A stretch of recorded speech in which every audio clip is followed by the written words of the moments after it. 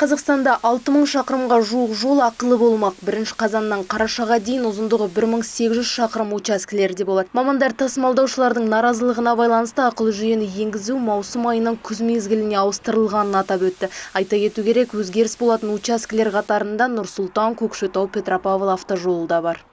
Тасымалдаушылар тарапынан наразылықтың көптеген фактілеріне байланысты ақылы жүйені енгізу ағымдағы күз маусымына ауыстырылды. Тасымалдаушылардың талаптары жолдарды тиісті сапаға келтіру, тарифтерді төмендету жағына қарай қайта қарау болды. Бірінші санаттағы жолдардың тарифі 1 шақырым үшін 5 теңгеден 25 теңгеге, және ауыр көліктеріне сол 2013 жыл бершалады айтып өткенде өзгеріссіз қалады. Ал екінші және үшінші санаттағы жолдар бойынша төлем жайлылық деңгейде байланысты төмендету коэффициентін қолдана отырып, жүк көлік құралдарынан ғана алынатын болады. Мамандар жиналған барлық қаражат ақылы жолдарды күтіп ұстауға жұмсалатынын еске салды. Себебі оларға республикалық бюджеттен қаражат бөлінбейді. Бүгінде мұндай 4 учаскі бар. Олардың жалпы ұзындығы 682 шақырым. Брифинг барысында автожолдардың жағдайын жақсарту жоспарлары туралы да айтылды. 2025 жылға қарай жағдай айтарлықтай өзгеруі тиіс.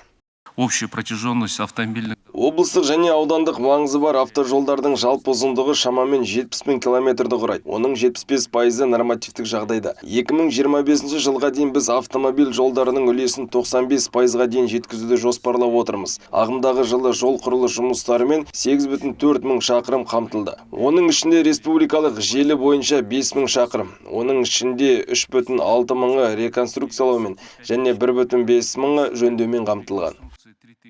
Индустрия және инфрақұрылымдық даму вице-министрінің айтуынша, жыл соңына дейін республикалық жолдардың 90%, сонымен қатар облыстық және аудандық маңызы бар жолдардың 80% нормативтік жағдайға келтіріледі. Мамандар жол бойындағы сервисті дамыту жоспарлары туралы айтты. Айтуларынша, бұл өзекті мәселе. Объектілердің 40%-ға жуығы стандартқа сәйкес келмейтін көрінеді.